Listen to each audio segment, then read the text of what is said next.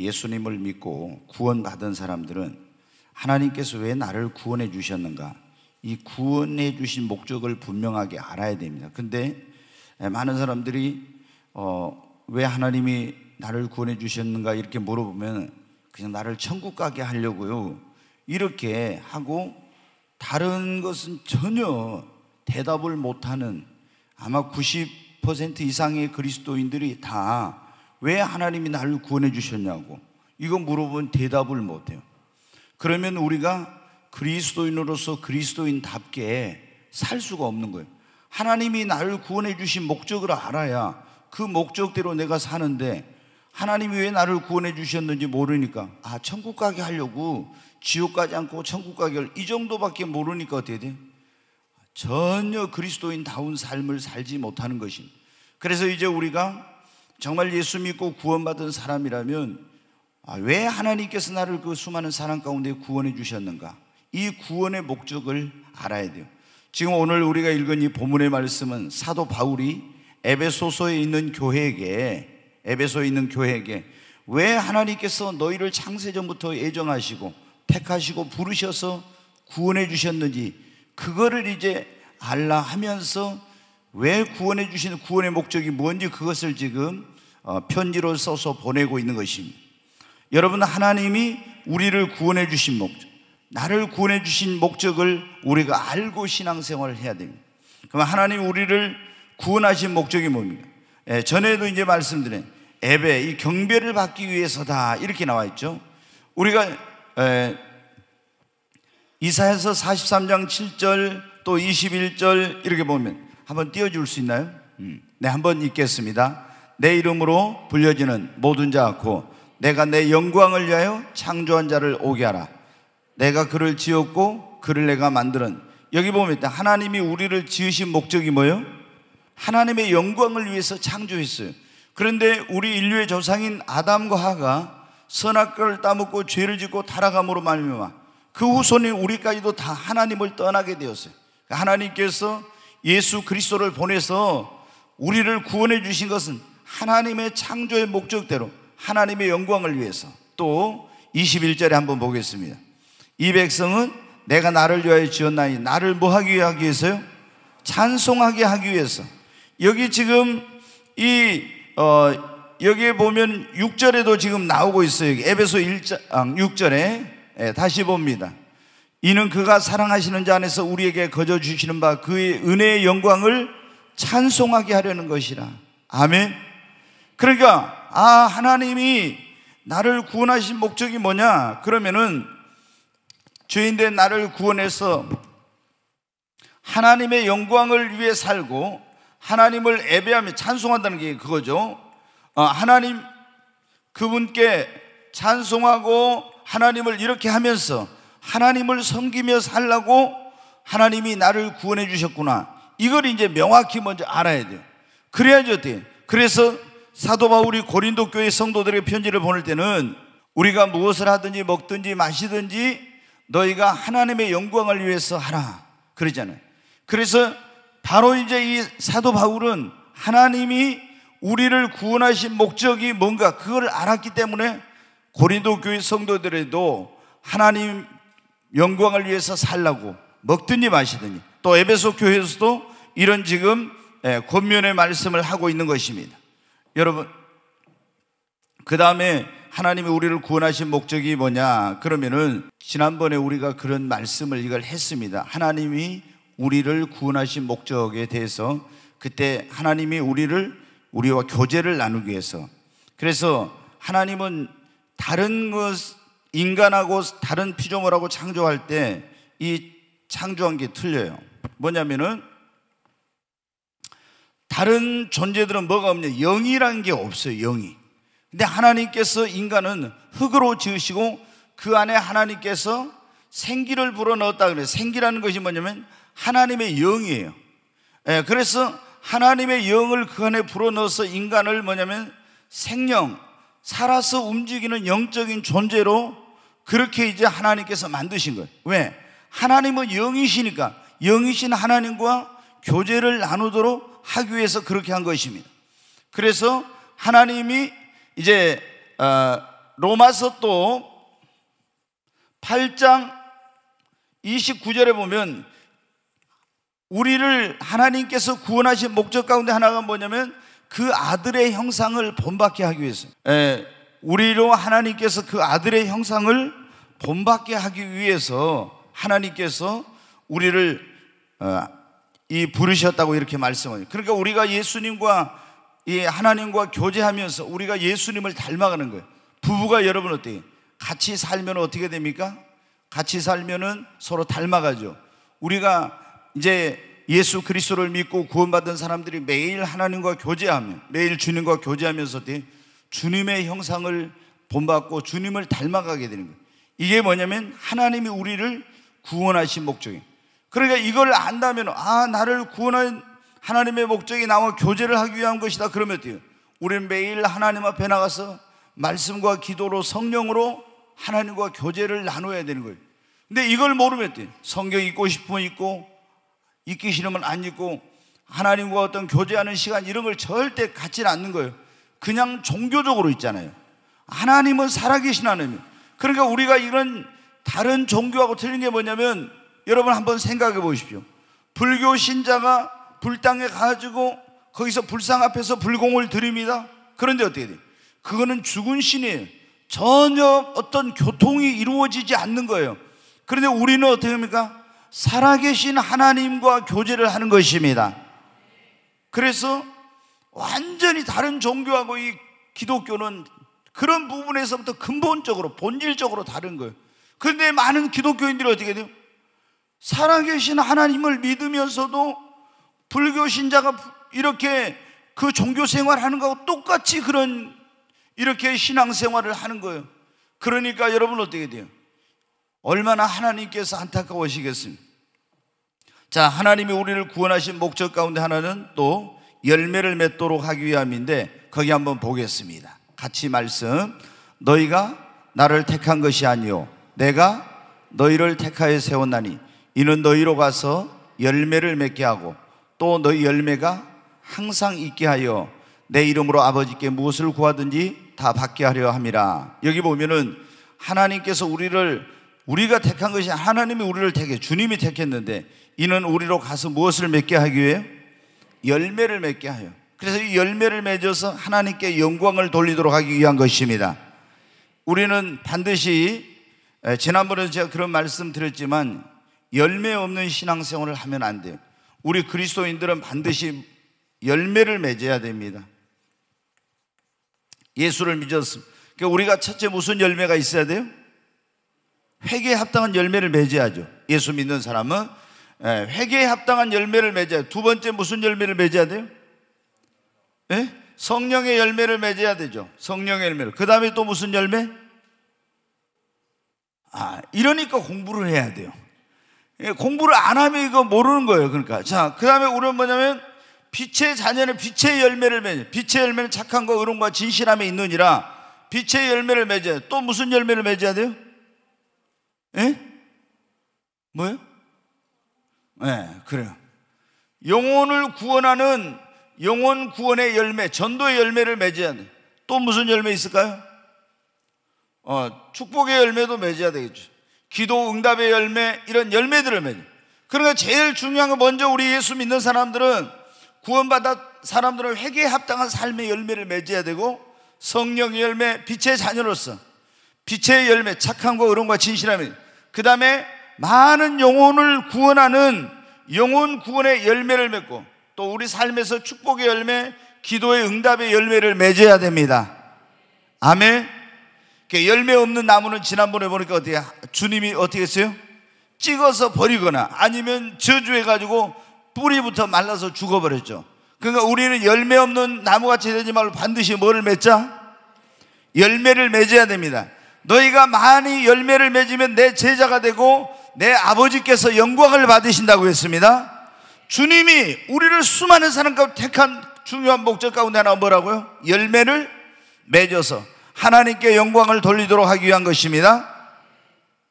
그 다음에 마지막으로 또 하나님이 우리를 택하신 목적이 뭘, 구원하신 목적이 복을 주시려고. 거기 보면 한번 에베소 1장 3절 한번 보겠습니다. 같이 1장 3절이 있겠습니다.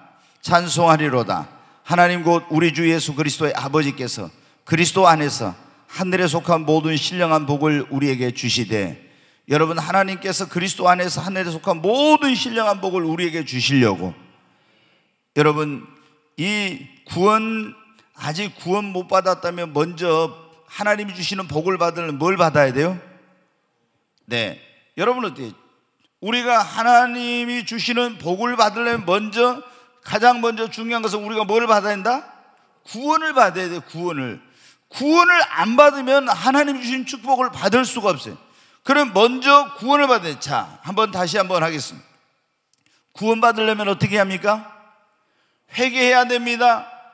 회개. 하나님 앞에 죄를 버리고 하나님을 등진 삶을 돌이키고, 그래서 완전히 하나님께로 돌아서야 돼요. 회개하고 죄에서 떠나야 되죠. 그리고 우리가 나를 구원하기 위해서 2000년 전에 이 땅에 오셔서 내 모든 죄를 짊어지고 십자가 주시고 죽은 자 가운데 부활하신 예수님을 나의 구원자와 주님으로 믿어야 됩니다.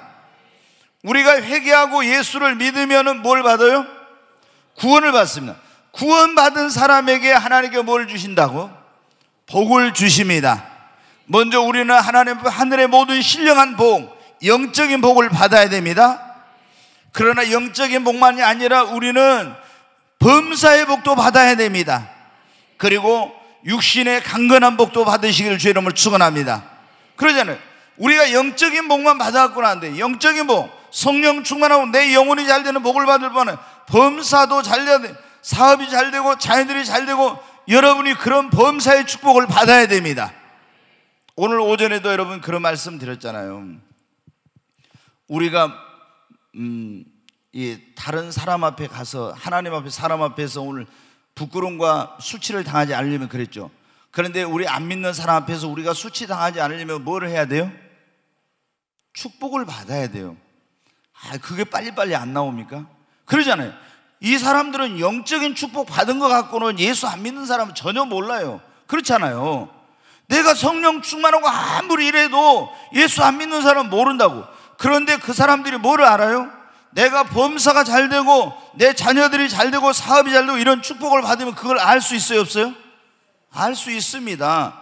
그러니까 예수 믿는 사람 하나님께 축복받구나 이렇게 하고 전도하면서, 자 보라고, 나 이렇게 어려웠는데 내가 예수 믿고 이런 축복받아. 우리 자녀들 하나님께 이렇게 축복해 주지 않았냐? 내 사업도 이렇게 하나님 도와주지 않냐?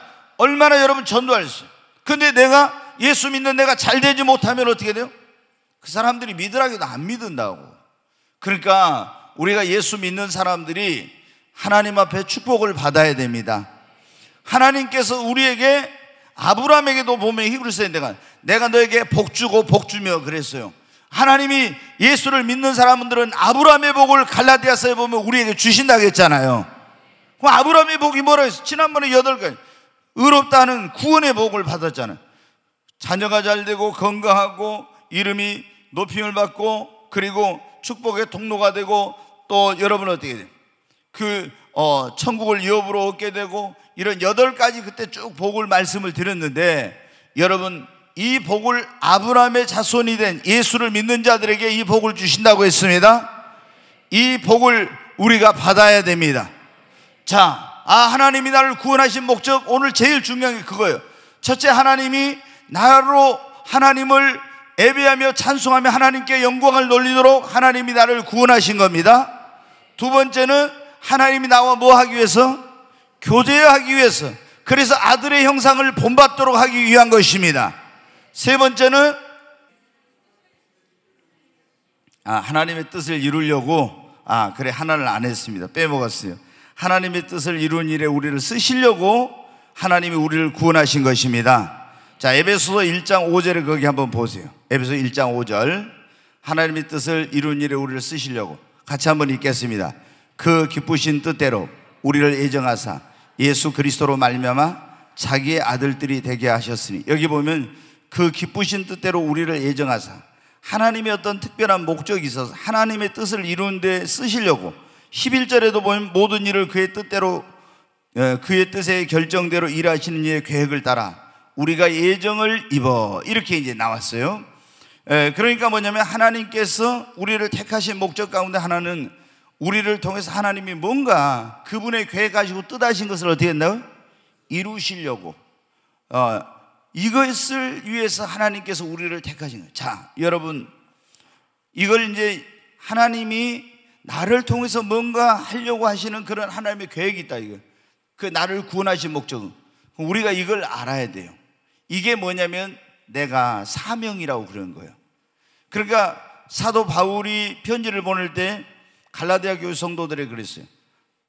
베드로는 할례자의 사도로 이렇게 말했어요. 그건 뭐냐면 유대인의 사도로 택하셨고 자기는 이방인의 사도로 택했다 이랬어요. 여러분, 성경에 보면 우리 예수를 믿는 사람들을 때때로 뭐로 표현하면 그릇으로 표현했죠. 그러면 그릇이 다 그 그릇마다 용도가 있잖아요. 쓰이는 그런 목적이 있어요. 그 목적을 위해 그릇을 만들었죠. 하나님은 우리의 토기장이신데 그 하나님께서 우리를 자기의 기쁘신 뜻을 따라서 사용하시려고 우리를 구원하신 것입니다.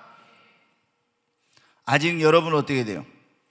만약에 내 사명이 뭔지 모른다는 그런 사람이 있으면 빨리 자신의 사명을 깨닫게 되기를 바랍니다. 자, 우리 하나님께서 우리를 이 구원하신 목적대로 그러면 살려면 어떻게 했냐? 이런 목적으로 하나님 우리를 구원하셨는데 이런 목적대로 살려면 첫째 우리에게 뭐가 있어야 된다? 믿음이 있어야 됩니다. 자, 여러분 보십시오. 이제 이게 바뀌었는데 여기가 이제 4번이죠. 사명, 하나님의 어떤 계획, 하나님이 뜻이 있으셔서. 그러면 보세요. 우리가 하나님 영광 위에 살려면 우리에게 뭐가 있어야 돼요? 믿음이 있어야 돼요. 이제 하나님과 교통한 것은 뭐 믿음이 필요합니다. 그 다음에 우리가 하나님이 주신 그런 사명을 감당하려면 우리에게 뭐가 있어야 돼요? 믿음이 있어야 됩니다. 아멘. 우리가 열매 맺는 삶을 살려고 해도 뭐가 있어야 돼요? 믿음이 있어야 돼요. 우리가 축복을 받으려고 해도 뭐가 있어야 돼요? 믿음이 있어야 돼요.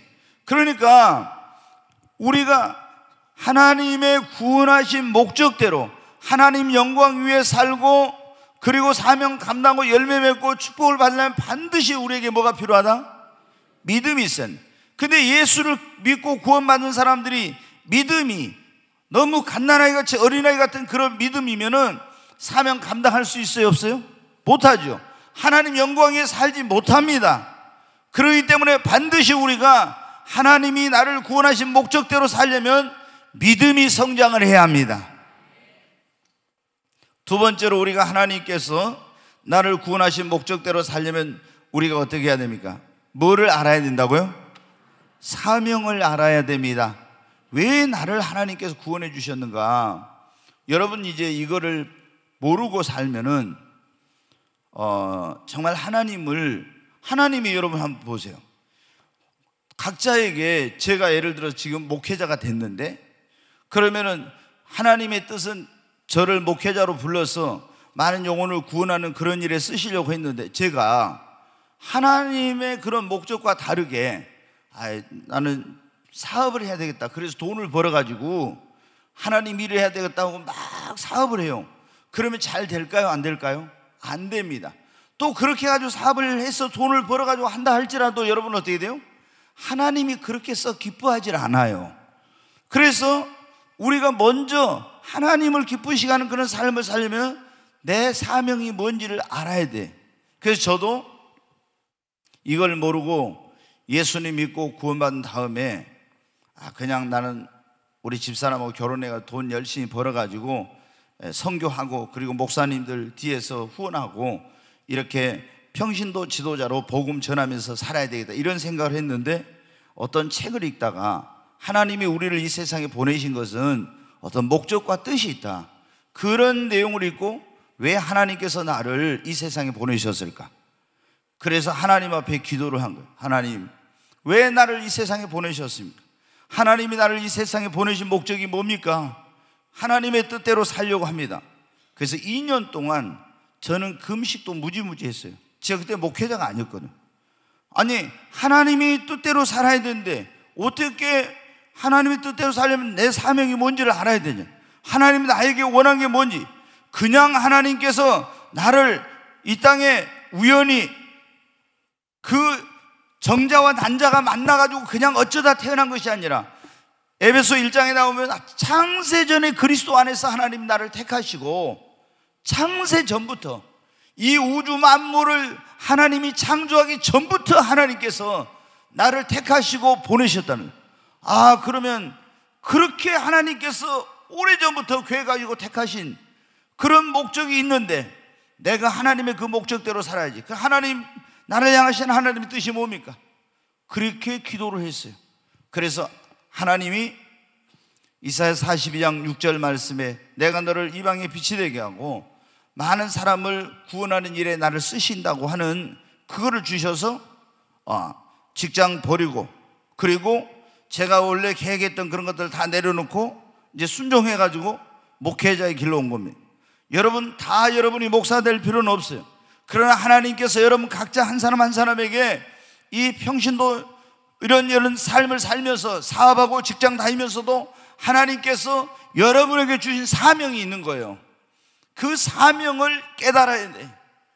그래야 여러분 어떻게 돼? 하나님이 그냥 나를 보는 거예요. 그 사명을 주신 건데 그 어떤 뜻이 있어서 이걸 모르고 하면 하나님을 제대로 기쁘시게 하는 삶을 살 수가 없는 겁니다. 우리가 하나님이 구원하신 목적대로 살려면 세 번째는 뭐를 받아야 된다고요? 능력을 받아야 됩니다. 아멘. 여러분 하나님이 나에게 주신 그 사명이나 직분이나 여러 가지 모든 일들을 감당하려면 우리가 뭐가 있어야 돼요? 능력이 있어야 합니다. 네, 능력을 받아야 돼.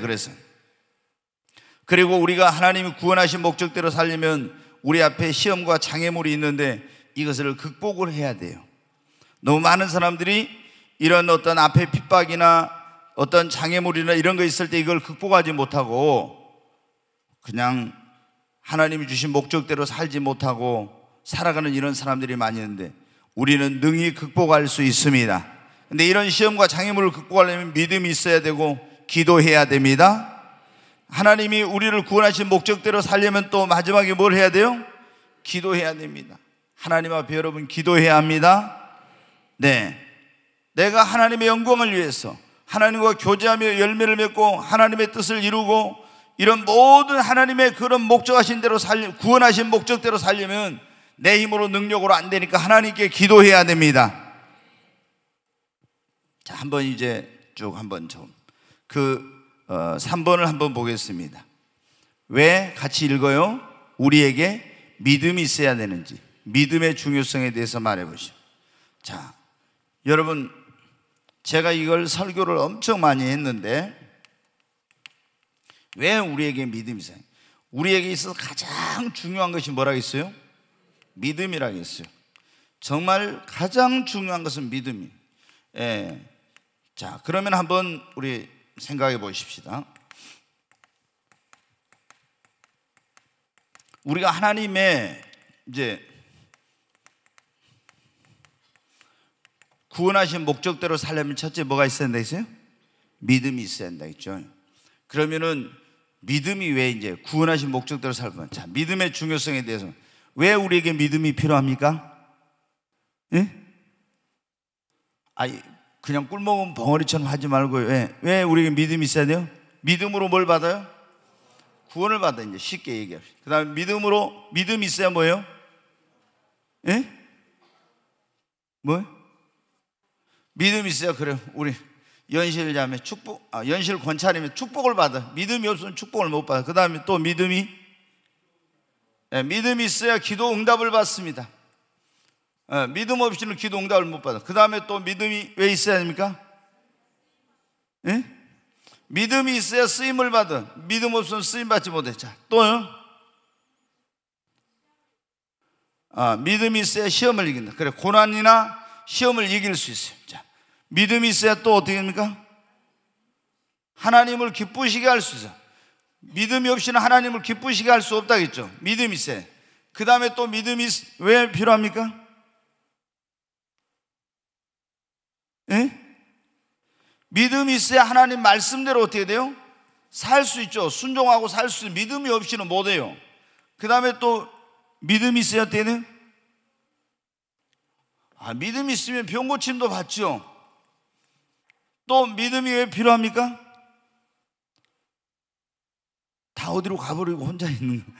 믿음이 무엇으로 하나님과 동행해요?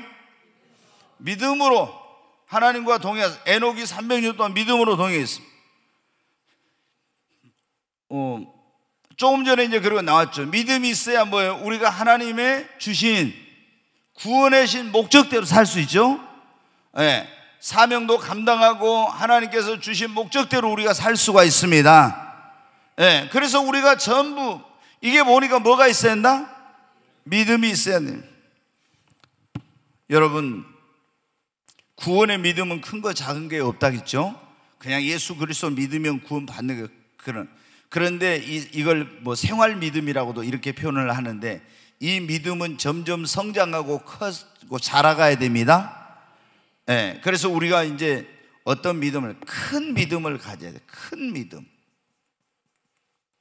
그 다음에 어떤 경우는 뭐라고 해요? 반석과 같은 믿음. 그렇죠? 요동하지 않는 반석과 같은 믿음, 큰 믿음, 이런 믿음을 가져야 돼요. 그래야 우리가 하나님 앞에 이런 기도응답, 축복, 쓰임 이런 거 다 이제 받을 수가 있는 거죠. 자, 여러분 어떻게 우리에게 왜 믿음이 있어야 되는지, 우리는 이제 그동안 여러 번 이런 설교를 들었는데 다시 한번 우리가 이걸 정립을 하십시다. 자, 우리에게 정말 가장 중요한 것은 첫째도 믿음, 둘째도 믿음, 셋째도 뭐예요? 믿음입니다. 아멘. 네, 우리가 믿음이 없이는 절대로 하나님을 기쁘시게 할 수. 그래, 예수 그리스도를 믿는 사람들은 무엇보다도 우리에게 믿음이 있어야 됩니다. 자, 근데 믿음이 또 성장이 안 되면은, 이 믿음이 성장이 안 되면 어떻게 되는가? 거기 에베소 4장 14절을 보겠습니다. 여기 한번 보십시오.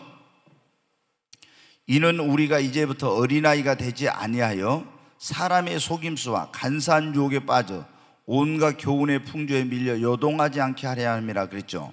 여러분, 우리가 믿음이 성장하지 않으면 사람들이 속이거나 유혹하거나 그런 잘못된 교훈으로 이렇게 하면 돼, 거기에 미혹을 당하고 금방 요동하고 흔들리게 돼.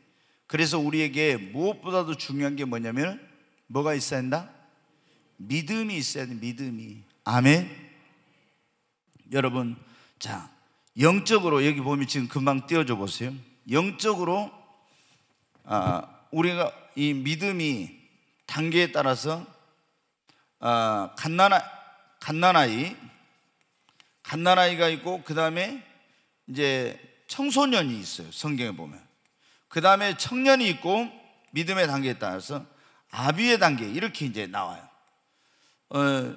그러니까 여러분 어떻게 돼요? 갓난아이는 믿음이 성장, 예수를 믿고 구원은 받았지만 젖이나 먹죠.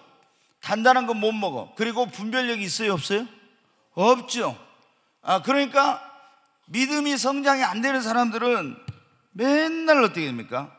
조금만 시험이 오면 거기 시험 들고 넘어지고, 누가 이렇게 좀 달콤한 말 하면 거기 다 미혹당하고, 전부 다 이런 게 뭐냐면 믿음이 성장이 안 돼서 그런 거예요. 믿음이 조금만 뭐예요? 저기 나가다가 담임 목사가 다른 사람하고 인사하다가 이게 나갔는데 이렇게 못 봐가지고 이쪽이 인사를 하고 여기 인사를 하는. 근데 어때? 목사님이 나 보고 인사도 안 했다고 하면서 꼬란 나가지고 그 다음 주에 안 나와버려요. 왜? 믿음이 너무. 그러면 가서 우리 전도사님들이 가서 젖병 가지고 막 흔들어 가지고 젖을 먹여 막 이렇게 하면 어떻게 돼요?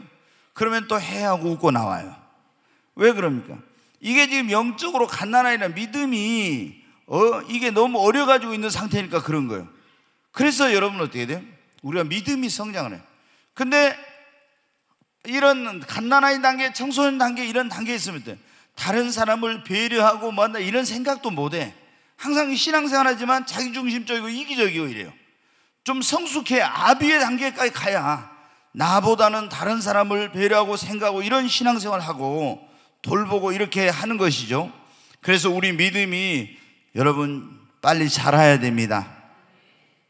믿음이 자라지 않으니까 막 조금만 해도 다 유혹에 넘어가고 분별을 못하고. 자, 히브리서 5장 12절로 14절 한번 보겠습니다. 같이 한번 읽습니다. 때가 오래되었으므로 너희가 마땅히 선생이 되었을 터인데 너희가 다시 하나님의 말씀의 초보에 대하여 누구에게서 가르침을 받아야 할 처지이니 단단한 음식은 못 먹고 젖이나 먹어야 할 자가 되었도다. 네, 여기 보면 뭐래? 믿은 지가 오래되었으니까 우리가 마땅히 뭐가 돼야 된다고요? 선생이 돼야 돼. 이제 예수 믿은 지 오래됐으면. 그래서 가르치고 다른 사람 이런데, 그런데 지금 히브리 성도들한테 보면 너희가 다시 하나님의 말씀의 초보에 대해서 누구의 가르침을 받아야 할 처지라는 거예요. 그리고 영적으로 단단한 음식은 먹지 못하고 젖이나 먹고 이런다는 거예요.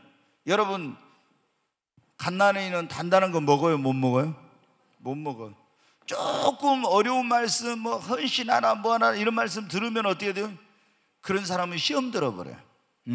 그러니까 젖이나 맨날 축복에 대해서만 설교하고 이 젖과 같은 그런 걸 부드러운 것만 줘야 이걸 먹지.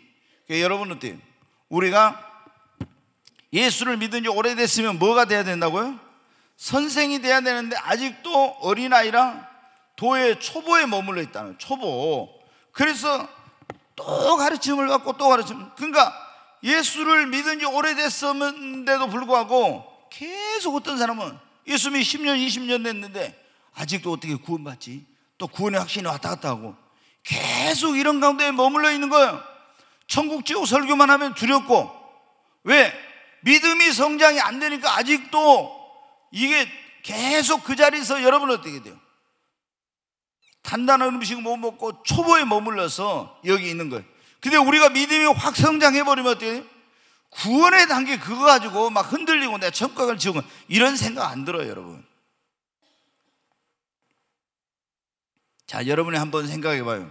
내가 막 천국 지옥 이런 설교할 때 지금도 내가 흔들리고 두렵고 이러면은 아직도 내 믿음이 자라지 못한 거예요. 자, 5장 12절부터 14절이니까 계속 보겠습니다. 네, 13절 보여주세요. 이는 젖을 먹는 자마다 어린아이니 의의 말씀을 경험하지 못한 자요, 또 단단한 음식은 장성한 자의 것이니 그들은 지각을 사용함으로 연단을 받아 선악을 분별하는 자들이나. 그러니까 어린아이 같은 이런 믿음이 성장하지 안 된 사람들은 선악을 어떻게 돼요? 잘 분별을 못해. 여기 보면 이제 도의 초보에 머물러서는 안 된다. 그러면은 우리가 젖이나 먹고 선악을 분별을 못해. 그러니까 믿음이 성장하지 못한 사람들은 이단에 막 빠진 거예요. 이게 옳은지 그른지를 분별을 못하니까.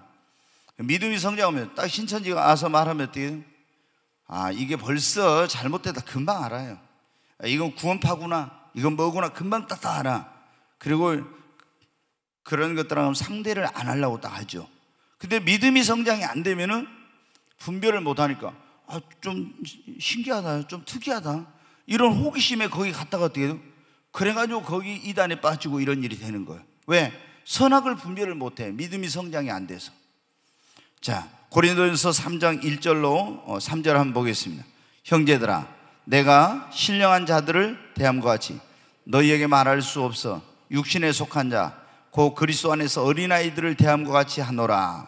네, 여기 보면은 제가 지난번에 그런 설교를 했어요. 이 고린도전서를 가지고 3장 여기 이 말씀 가지고 무슨 설교를 했냐면은 영에 속한 사람이란 그런 설교를 했어요. 영에 속한 사람. 네. 사람이 영적으로 분류하면 세 종류의 사람이 있어요. 그게 뭐냐면 육에 속한 사람이 있고 그 다음에 육신에 속한 사람이 있어요. 자, 육에 속한 사람이란 잘 들어봐요. 이 사람은 성령 구원받지 못한 사람이에요. 구원을 못 받은 사람, 자연인이라고도 하고 구원받지 못한 사람을 육에 속한 사람. 그 다음에 육신에 속한 사람은 뭐냐? 구원은 받았는데 하나님의 성령의 인도를 따라 살지 않고 육신의 소욕을 따라서 사는 사람을 육신에 속한 자라고 해요. 자, 다시 말씀드립니다. 육에 속한 사람은 구원받지 못한 자, 육신에 속한 사람은 구원은 받았지만 성령의 소욕을 따라 살지 않고 믿음으로 살지 않고 이렇게 사는 사람. 영에 속한 사람은 예수 믿고, 여기 지금 신령한 자들이라고 그래요. 신령한 사람, 성령의 지배를 받고 성령 충만하면 성령의 소욕을 따라 사는 사람이에요. 자, 다시 한번 거기 보여주세요. 여기 보면 그러잖아요. 형제들아, 내가 신령한 자들을 대함과 같이. 신령한 자가 뭐냐면 영에 속한 사람이에요. 너희에게 말할 수 없어 육신에 속한 자. 육신에 속한 자니까 구원 받은 사람이에요, 못 받은 사람이에요? 구원 받은 사람이에요. 육신에 속한 자예요. 그 그리스도 안에서 어린아이들을 대함과 같잖아. 육신에 속한 자는 영적으로 어린아이와 같은 거예요. 자, 2절 한번 보겠습니다. 내가 너희를 젖으로 먹이고 밥으로 아니하였노니 이는 너희가 감당하지 못하였거니와. 여기 보면 어때요? 이는 젖으로 먹이고 무엇으로? 밥으로 아니했다고. 그러니까 아직도 뭐라는 거예요? 영적으로 갓난아이, 믿음이 성장이 안 되니까 갓난아이라는. 자, 그 다음에 3절, 너희는 아직도 육신에 속한 자로다. 너희 가운데 시기와 분쟁이 있으니 어찌 육신에 속하여 사람을 따라 행함이 아니요. 육신에 속한 사람은 시기하고 뭐해요? 다투어 분쟁을 해. 맨날 이렇게. 신령한 사람은 그렇지 않는데 조금만 갖고도. 그러니까 여러분이 어때요? 교회 안에서 여러분 보십시오. 조금만 무슨 일 한데 막 서로 뭐 마음이 안 맞고 막 이런다. 이건 아직도 우리가 믿음이 너무 연약하다는 거예요. 아직도 믿음이 성장이 안 됐다. 그러니까 내가 믿음이 성장하고 정말 영적인 사람으로 변화되면 돼. 내가 주님 앞에 깨어지고 변화돼서 예수님을 닮아가고 내 고집대로 하지 아니합니다. 근데 어린아이들은 어떻게 무조건 자기밖에 몰라. 그렇잖아요. 그래서 믿음이 여러분 성장해 가야 됩니다. 네, 믿음이 성장해야 돼요. 자, 하나님이 우리를 구원하신 목적, 지금 오늘 그걸 하고 있는데, 자, 그 다음에 그러면 이렇게 믿음이 지금 중요한데, 하나님 목적대로, 구원하신 목적대로 살려면 우리 믿음이 뭐 해야 된다고요? 성장해야 됩니다. 자, 믿음이 성장하려면 그럼 어떻게 해요? 초대교회 예루살렘, 그 초대교회는 굉장히 예수 믿은 지 얼마 안 됐는데 오순절날 성령 임하고 성령 충만하고 믿음이 충만한 그런 교회였는데, 어떻게 하면 믿음이 성장할 수 있는지. 자, 42장 42절부터 보겠습니다. 그들이 사도의 가르침을 받아. 첫째, 우리가 믿음이 성장하려면 어떻게 돼요? 가르침을 받아야 돼요. 가르침을. 그러잖아요. 여러분이 지금 이 주일 밤에 성경 공부하러 왔잖아요. 그 가르침을 받으면서 여러분의 믿음이 성장해 갑니다. 굉장히 중요한 거예요. 그러니까 초대교회는 사도들의 가르침을, 지금 우리 성도들은 어때요? 목회자한테 와서 하나님의 말씀을 배우고 가르침을 받아야 믿음이 성장합니다. 그 다음에 뭘 하겠어요? 서로 교제하고. 여러분 어떻게 돼요? 자, 우리가 예수를 믿는 사람들이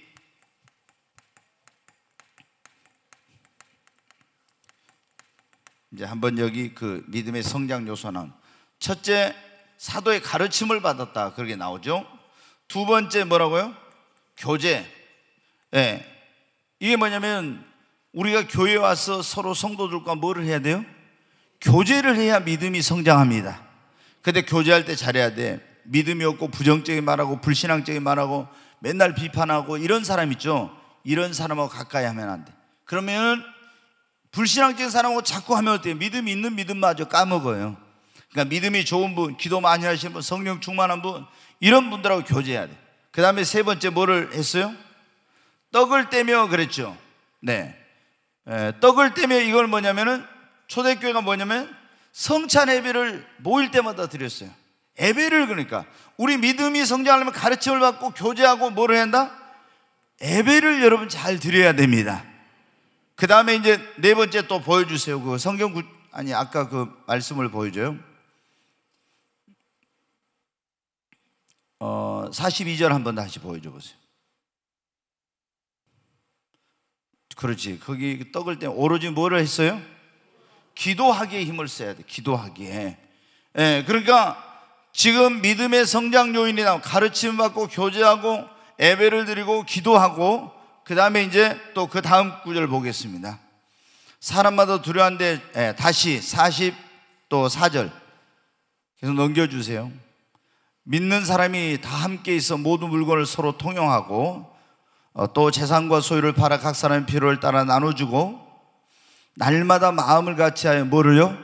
성전에 모이기를 힘썼죠. 자, 믿음이 성장하려면은 성전에 모이기를 힘을 써야 됩니다. 아멘. 성전에 모이기를. 그리고 이제 떡을 떼며 또 기쁨과 순전한 마음으로 음식을 먹고, 이게 뭐냐면 코이노니아, 교제를 한 거예요. 그 다음에 다시 또 47절 해주세요. 여기 보면은 온 백성에게 하나님을 찬미하며, 그렇죠, 찬미, 하나님을 찬미. 그러니까 이게 지금 쭉 이제 계속 나오는데, 믿음의 그 성장 요인에 대해서 초대교회 성도들이, 그 다음에 이제 우리가 여기서 해야 될 게 뭐냐면 또 봉사를 해야 돼요. 그 다음에 뭐냐면 전도를 해야 돼요. 자, 가르침을 받고 교제하고 예배 참석하고 기도하고 모이기를 힘써요. 성전에 모이기를 힘쓰고 하나님을 찬미하고 봉사하고 영혼 구원하는 전도하는 이런 일을 할 때 우리 믿음이 빨리 성장하게 됩니다. 아멘. 자, 여러분 이제 한번 봐요. 그냥 주일날 한 번이나 나오고 낮에 한 번이나 나오고 안 나온 사람들, 그냥 예배에 주일날 낮에 한 번 기도도 안 하고 교제도 안 하고 뭐 성경 공부도 안 하고 봉사도 안 하고 이런 거 안 하면 여러분 어때요? 믿음이 성장합니까?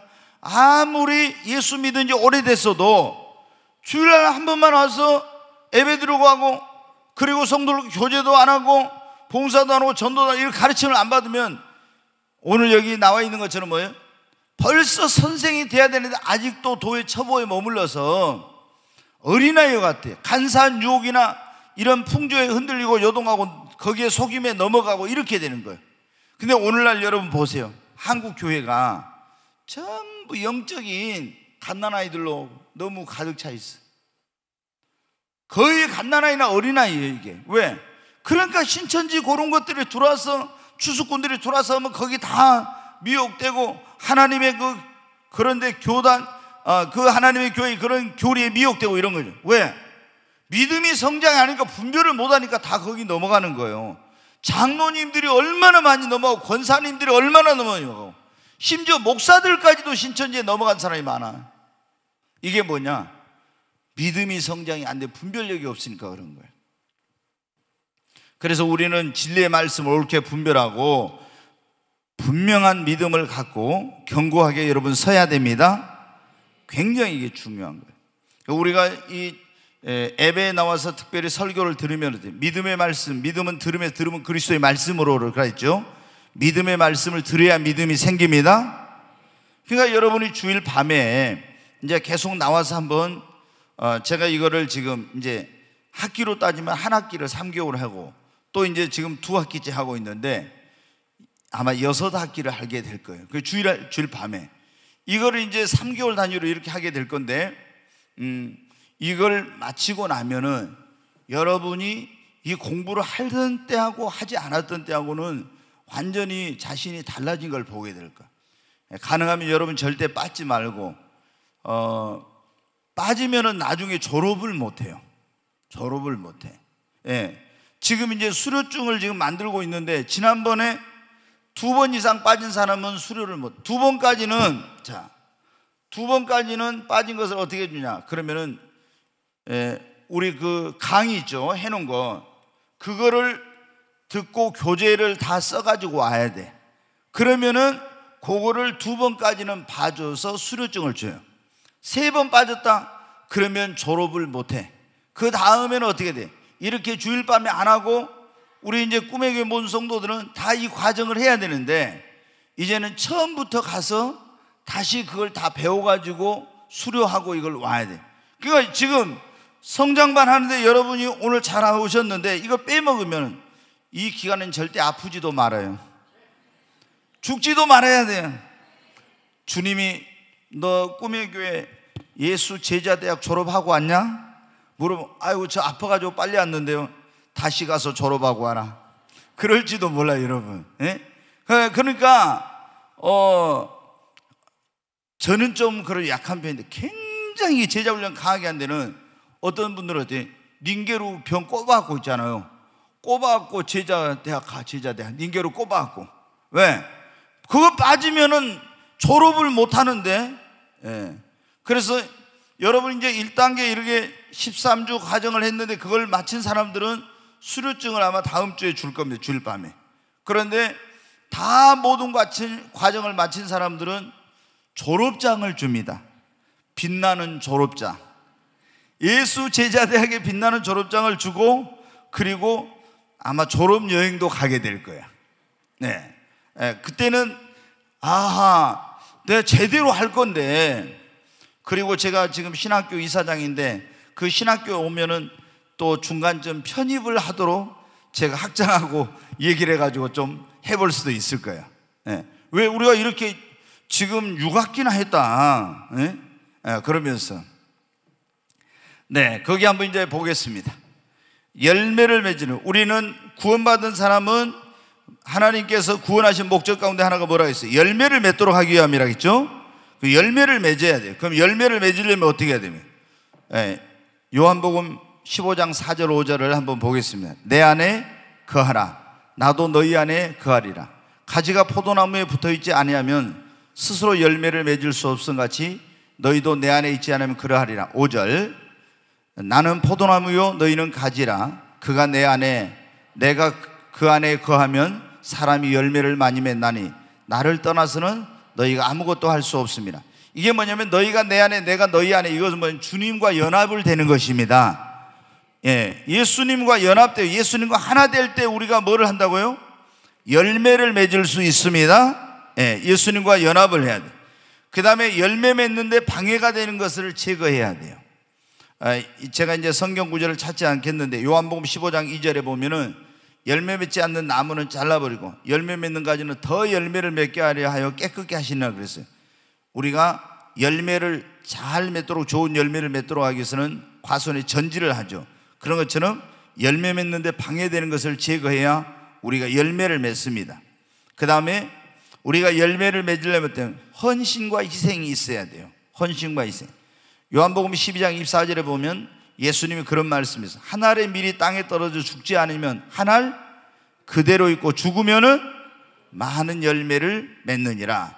이것은 예수님이 이제 어떻게 하면 열매를 많이 맺는지 말씀해 주신 건데, 그대로 있으면, 이게 죽지 않으면 한 알 그대로고 죽으면 많은 열매를 맺는다 그랬는데, 그 죽음은 예수님의 십자가를 의미하기도 하고, 그것은 헌신과 희생을 의미합니다. 죽음이라는 것은.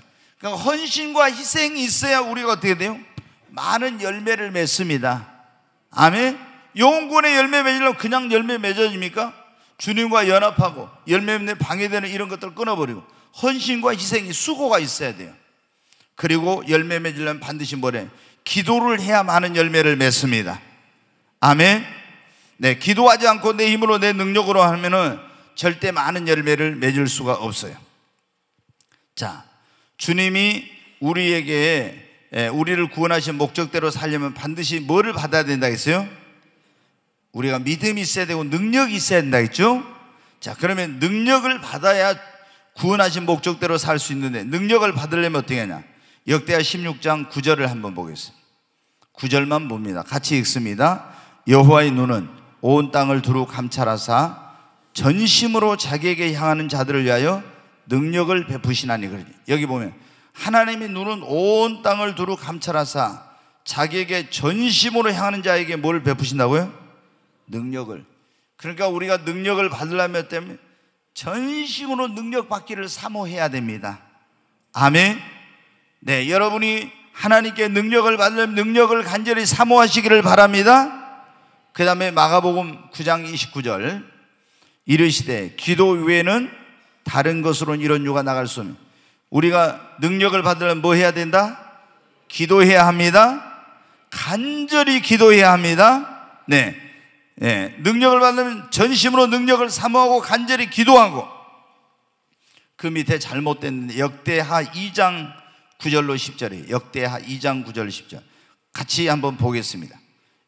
여기 말씀을 보세요. 안 적어도 되니까 여기 한번 보세요. 같이 읽겠습니다. 건너에 엘리야가 엘리사에게 이르되 나를 네게서 데려감을 당하기 전에 내가 네게 어떻게 할지를 구하라. 엘리사가 이르되 당신의 성령이 하시는 역사가 갑절이나 내게 있게 하소서 하는지라. 이르되 네가 어려운 일을 구하는도다. 그러나 나를 네게서 데려가시는 것을 네가 보면 그 일이 내게 이루어지려니와 그렇지 않으면 이루어지지 아니하리라 하고. 여기 보면은 이제 엘리야와 엘리사가 나옵니다. 그런데 야가 이제 스승이고 엘리사는 어떻게 돼요? 제자이죠. 이제 엘리야, 위대한 불의 선지자. 그 다음에 이제 엘리사가 이제 선지 학교에서 이제 엘리야 따라다니 배웠어요. 근데 엘리야를 하나님께서 하늘로 이제 데려가려고 하는데 그거를 엘리사도 알았단 말이에요. 너 여기 머물러. 그러면 계속 따라와. 요단에 머물러. 여기 어디 여리고에 머물러. 계속 머무르라 해도 길갈에 머물고 어디 머물러 계속 따라와. 그래가지고 따라오니까 이제 엘리야 선지자가 엘리사에게 물어요. 내가 너에게 뭘 해주면 좋겠느냐 물어보니까 뭐라고요? 당신에게 있는 성령의 그 영감, 능력이 나에게 갑절이나 있기를 원합니다. 그런 거. 그러니까 네가 어려운 일을 구하는데 내가 하늘로 승천해 가는 것을 보면 너에게 이런 일이 이루어질 것이다. 그래가지고 결국에 엘리야에게 있는 그런 능력이 엘리사에게 어떻게 해요? 갑절로 임했어요. 어떻게 이렇게 끈질기게 쫓아다닌 겁니다. 그러니까 우리가 지금 능력을 받으려면 첫째 사모하라겠죠. 두 번째 뭐 하라겠어요? 간절히 기도하라겠죠. 그 다음에 우리가 능력을 받으려면 뭐 있어야 돼요? 끈기가 있어야 돼. 끈기. 그래가지고 뭐를 받아야 되냐? 성령을 여러분 받아야 됩니다. 여러분 성령이 너희에게 임하면 너희가 뭘 받고? 권능을 받고. 자 여러분, 다시 보세요. 우리가 능력을 받아야 하나님이 구원하신 목적대로 살 수 있는데, 능력을 받기 위해서는 뭘 하라고요? 능력을 사모해야 됩니다. 사모할 뿐만 아니라 능력을 부어달라고 기도해야 됩니다. 끈질게죠. 그리고 성령을 받으시기 바랍니다. 그래야 이제 우리가 능력이 있게 됩니다. 그러면 우리가 주님이 나를 구원하신 목적대로 살 수가 있어요. 자, 그 다음에 이제 마지막 한번 거기 보겠습니다. 나의 사명과 은사는 무엇인지 알고 있는가? 여러분 어떻게 사명을 알고 있습니까? 대답 소리가 한 사람도 이거 안 나는 것 같아요. 우리가 하나님 앞에 내 사명이 뭔가를 알아야 돼. 이걸 모르는 사람은 어떻게 하라고요? 하나님, 나의 사명이 무엇입니까? 내가 뭘 하기를 원하십니까? 하나님께 그렇게 물어봐요. 여러분이 지금 이거를 자 보십시오.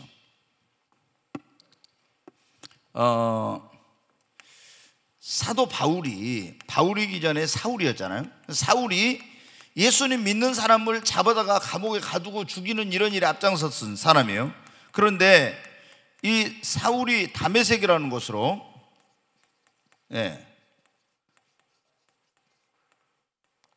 지금 이제 이게 다마스커스를 말하는 거예요. 다메섹, 시리아의 수도를 다마스커스잖아요. 근데 사울이 다메섹으로 예수 믿는 사람을 잡으러 가다가 거기서 예수님을 만났어요. 길에서 만나서 거꾸러졌는데, 거꾸러진 사울이 예수님 만나자마자 뭐라고 물어봤냐? 주여, 내가 무엇을 하기를 원하시나이까? 처음에는 제일 첫 번째, 당신이 누구시니까 물어봤죠. 누굽니까? 나는 네가 핍박하는 예수라 그랬죠. 그 다음에 예수라 하니까 이 예수님을 영접하고 구원을 받았어. 근데 그 다음에 예수님을 제대로 알고 난 다음에 주여, 내가 무엇을 하기를 원하나이까? 이렇게 물어봤어요. 내 사명이 무엇입니까? 이렇게 물어본 거예요. 그러니까 예수님을 만난 사람은 첫 번째 우리가 하나님 앞에 뭐예요? 내 사명이 무엇입니까? 이렇게 물어봐야 돼. 근데 우리는 어떻게 돼요? 예수님 믿고 나서 덮어놓고 천국만 가면 된다 이러면서 사명 같은 건 생각 안 하고 그냥 신앙생활 한 거예요. 여러분 그렇게 하면 안 돼요. 우리는 그래서 예수 믿고 구원 받은 다음에 다 하나님이 나를 이 세상에 보내신 목적이 있다 했잖아요. 그러면 나를 통해서 하나님께서 하시고자 하는 일이 뭔지 그거를 가르쳐 달라고 기도해야 됩니다. 그게 바로 우리의 사명이라는 거예요. 그럼 어떤 사람은 어떻게 해요? 이요셉 목사처럼, 야 너는 직장 다니지 말고 돈 벌지 말고 가서 주의 일에 전심으로 목회자로, 너는 선교사로 가, 너는 어린 주일학교가 네 사명이야, 너는 중고등 학생들에게, 너는 사업을 해서 물질로 선교하는 게 사명이야. 다 이렇게 사명이 다르단 말이에요. 그 하나님 앞에 이걸 어떻게 돼요? 내 사명이 뭔지. 그러면 나는 사업에서 돈 벌어가지고 이거 섬기는 것이 사명이라고 하면 어때요? 하나님 앞에 그거를 위해 기도해야지. 나는 교회를 세우는 것이 사명이다. 그러면 그거를 위해서 또 해야 되겠죠. 다 이게 사명. 어떤 사람은 저 길거리에 있는 노숙자들을 돌보라는 사명을 주세요. 어떤 사람은 깨어진 가정을 회복시키는 일에 사명을 주세요. 어떤 사람은 고아를 돌보는 일에 사명을 주세요. 다 이렇게 다 틀려. 어떤 사람은 이 연세 많으신 그런 어르신들을 돌보는 사명을 주시고, 아니면 어떤 사람은 너는 영화를 찍어가지고 이제 복음을 전하는 이런 일 해라, 너는 글을 써가지고 해라. 다 틀립니다. 그래서 우리가 하나님께서 나에게 주신 사명이 뭔가를 하나님께 여러분 기도해서 꼭 사명을 발견하시기를 바랍니다. 이걸 알아야 돼요. 그 다음에 이제 우리 예수를 믿는 사람들은 사명을 알 뿐만 아니라 자기의 은사가 뭔지를 알아요. 하나님께서 나에게 주신 은사. 은사는 이제 우리가 하나님 나에게 주신 이게 뭐냐면 재능이라고 했어요. 달란트라고 이제 보통 그런데, 재능을 말합니다. 그것을 은사라고 해요. 은사란 말 자체는 하나님의 선물이라는 그런 뜻인데, 내가 은사라는 것은 하나님이 나에게 주신 뭐라고요? 재능. 그러니까 내가 잘할 수 있는 그것을 뭐라고 하냐면 은사라고 해요. 그러면 자, 여기 있는 이호셉 목사 같은 경우는 목사니까 은사가 이제 뭐냐면 설교의 은사가 있어야 돼. 그래야 설교를 할 때 성도들이 은혜를 받고, 그 다음에 이렇게 뭐 하니까 뭐가 있어야 돼요? 가르치는 은사도 있어야 돼. 한 가지만 아니라. 그래, 또 성도들이 어떤 문제를 가지고 오면 그걸 카운슬링 할 수 있는 그런 상담의 은사, 또 어려운 성도들을 위로할 수 있는 위로의 은사, 이런 여러 가지 이제 은사가 있어야 돼. 이제 또 병든 사람을 고치려면 치유의 은사가 돼. 앞길을 어떻게 갈지 알지 못하는 사람에게 애은의 은사를 받아서 방향 제시를 해줘야 되고, 여러 가지 그런 은사가 이 목회자는 있어야 돼요. 그런데 능력 행함의 은사가 있어 또 귀신을 쫓아내고 막 이렇게 해서 살아계신 하나님을 증거해야 되죠. 근데 우리 이제 이게 목회자에게는 여러 가지 은사를 주시는 경우가 있는데, 성도들은 막 이렇게 여러 가지로 주시지는 않아요. 개척교회 같은 경우는 일꾼이 없으니까 그때는 한 사람에게 여러 가지 은사를 주시게 돼요. 근데 교회가 커지면은 이 은사를 한 사람에게 많은 은사를 주시는 것은 아니에요. 근데 자 보십시오. 어떤 사람이 이제 찬양의 은사가 있어, 섬김의 은사, 뭐 다 이제 그 은사가 여러 가지, 이제 고린도서 12장, 로마서 12장, 에베소 4장 이런 데 보면 은사장이라고 하는데 은사가 나와요. 사도와 선지자, 복음전하, 목사와 교사의 은사가 있고, 또 믿음의 은사, 가르치는 은사, 병 고치는 은사, 방언 통역의 은사, 영분별, 예언의 은사, 능력 행함의 은사, 이런 여러 가지 은사, 지혜와 지식의 말씀의 은사, 또 사랑의 은사, 섬김의 은사 등등 여러 가지 대접하는 은사, 은사가 쭉 나오죠. 근데 은사를 내가 알아서 이 은사를 따라서 또 봉사를 해야 돼. 이걸 주님을 섬겨야 돼. 그러면은 내가 성도들한테 은사가 뭐냐고 물어보면은, 아유, 나한테 와서 그래. 목사님, 제 은사가 뭘까요? 이렇게 물어요. 나도 몰라요. 아니, 자기 은사를 나한테 와서 물어보면 어떻게 하냐고. 자기 은사를 자기가 알아야지. 근데 나한테 와서 목사님, 제 사명이 뭘까요? 은사가 뭘까요? 이렇게 물어본다면, 자기는 기도도 안 해보고 내 은사가 뭔지 이렇게 분별도 안 해보고 그냥 이호셉 목사한테 와서 쉽게 은사가 뭔지 사명이 뭔지 이렇게. 여러분 어때요? 자, 은사는 내가 기도해서 받는 경우가 있고요, 너희는 신령 은사를 사모하라 했죠. 그래서 하나님 나에게 믿음의 은사를 주세요, 병 고치는 은사를 주세요 이렇게 하고 받는 경우가 있고, 그 다음에 하나님이 주권적으로 하나님이 그냥 구하지 않았는데 주시는 경우가 있어요. 성령이 임하면 그냥 임하는 은사가 있어요. 그 다음에 교회가 어떤 그런 은사가 필요하니까 그 은사를 주시는 경우가 있어요. 그런데 자신에게 어떤 은사가 있는지를 어떻게 알 수 있어요? 이거 이제 잘 들어요. 그리고 나한테 더 이상 와서 물어보지 마세요. 목사님, 제 은사가 뭡니까? 이런 물어보지 말고, 이거 이제 가르쳐 주면 여기서 딱 내 은사가 뭔가를 이제 알아야 돼. 그 은사를, 내가 어떤 은사를 가졌는지 어떻게 알 수 있냐? 첫째, 그 은사를 가진 사람은 그것에 대해 관심이 많아. 찬양 은사를 가진 사람 맨날 찬양만 하고 싶고 맨날 찬양에 대해서 관심이 많고 이래. 그리고 섬기는 은사를 가진 사람들은 맨날 사람들을 섬기고 막 이런 게 관심이 많아.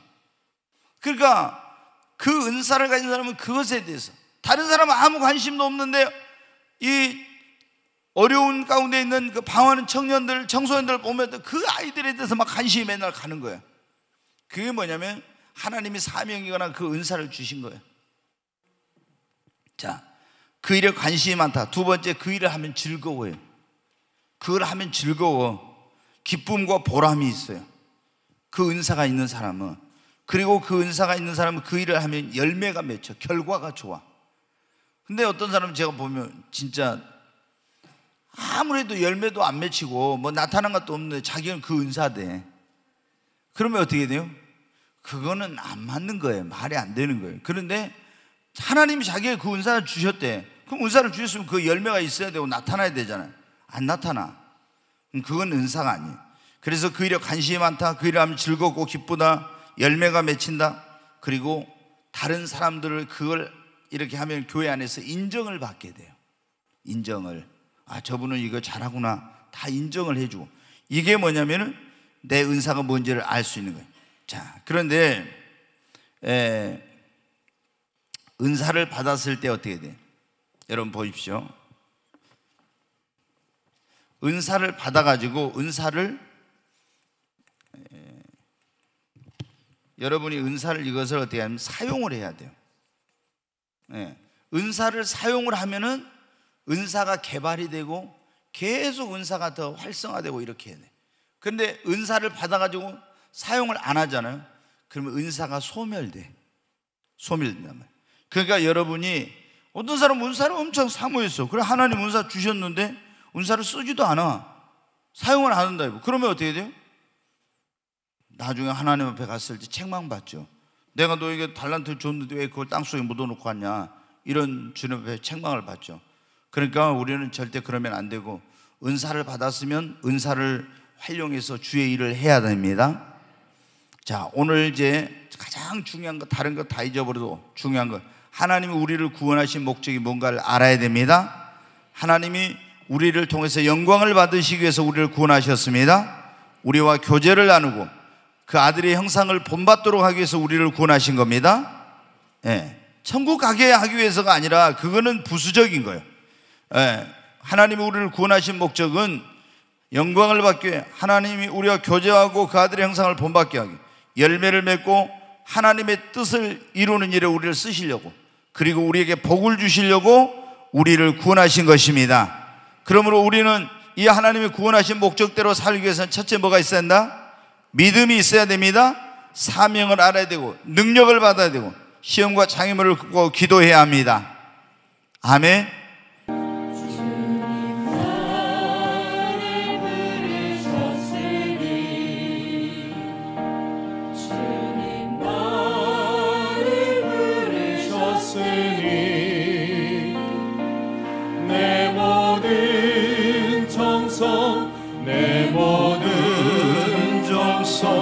주만 위에 바칩니다.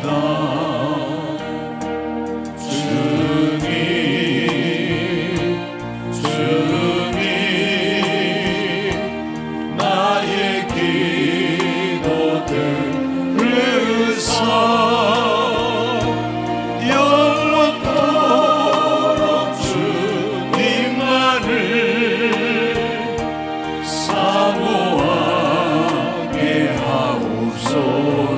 우리 두 손을 듭니다. 주여 한번 외치고, 하나님, 나를 구원하신 하나님, 내가 이제 나를 구원하신 하나님의 그 구원의 목적을 깨달았사오니 하나님 그 목적대로 하나님 살며 하나님께 영광 돌리는 삶이 되게 해주시옵소서. 주여 한번 외치고 기도합니다.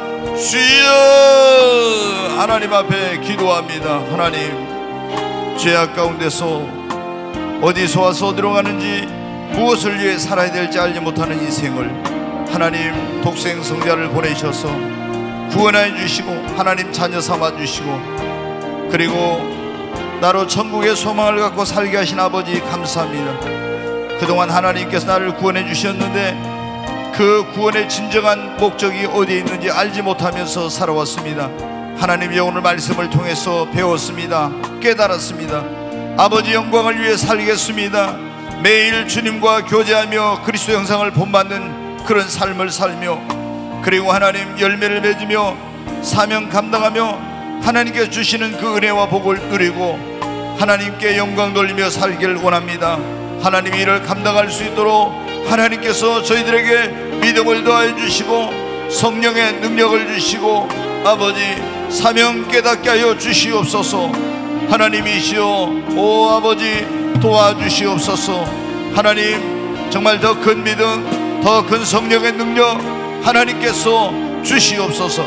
그래서 주님 이 정말 나를 구원하신 하나님의 목적대로 살 수 있게 하여 주시옵소서. 오 하나님 함께 주시옵소서. 그래서 정말 하나님 사명이 무엇인지 깨닫게 하시고 나에게 주신 은사가 무엇인지 깨닫게 하시고 더 믿음이 자라가게 하시고 성령을 받아서 주님 영광 돌리며 하나님의 구원의 목적대로 살 수 있도록 도와주시옵소서. 귀하신 예수님의 이름으로 기도하옵나이다. 아멘.